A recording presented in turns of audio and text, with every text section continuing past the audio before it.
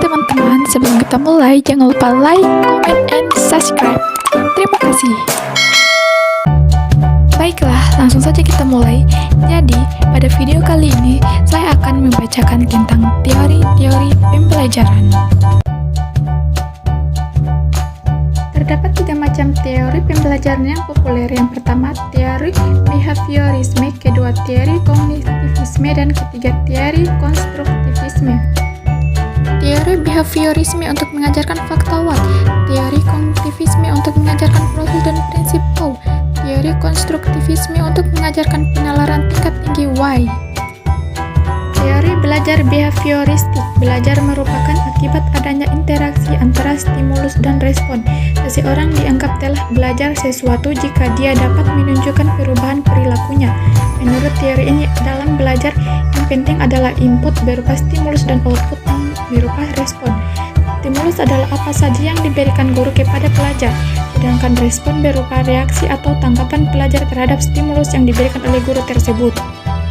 Aplikasi behaviorisme dalam proses pembelajaran meliputi langkah-langkah menentukan kemampuan akhir yang diharapkan, menganalisis lingkungan kelas termasuk entry behavior, mahasiswa menentukan materi pelajaran, memecahkan materi pelajaran menjadi bagian-bagian kecil, menyajikan materi, memberikan stimulus berupa pertanyaan, tes, latihan, tugas-tugas, mengamati dan mengkaji respon yang diberikan, memberikan penguatan positif maupun negatif, memberikan stimulus baru, mengevaluasi hasil belajar, memberikan penguatan, dan seterusnya.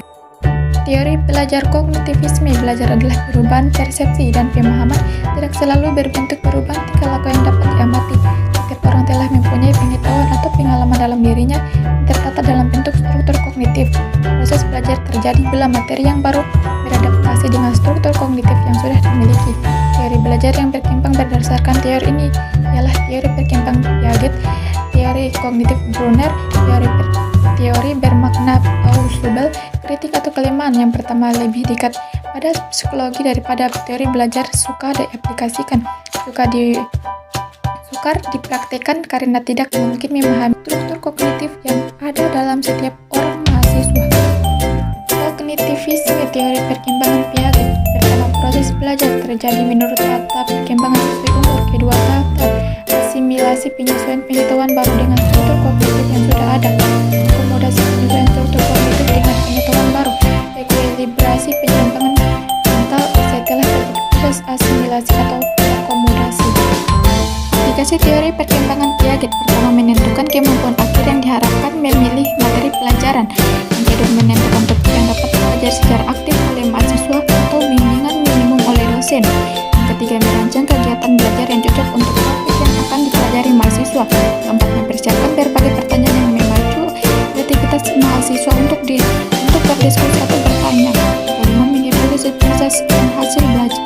Teori belajar konstruktivistik. Teori ini percaya bahwa seseorang mampu mencari sendiri masalah, menyusun sendiri pengetahuan melalui kemampuan berpikir dan tantangan yang dihadapinya, menyelesaikan dan membuat konsep mengenai keseluruhan pengalaman realistik dan teori dalam satu pengetahuan utuh. Tokoh dalam teori konstruktivisme John Dewey bahwa belajar bergantung pada pengalaman dan minat sendiri. Belajar harus bersifat aktif, langsung terlibat, berpusat pada siswa SCL Students Centered Learning dalam konteks pengalaman sosial. Prinsip konstruktivisme. Yang pertama, pengetahuan dibangun oleh diri sendiri. Kedua, pengetahuan tidak dapat dipindahkan dari dosen ke mahasiswa. Ketiga, mahasiswa aktif mengonstruksi secara terus-menerus sehingga selalu terjadi perubahan konsep ilmiah. 4. Dosen sekedar membantu menyediakan sarana dan situasi agar proses konstruksi berjalan lancar.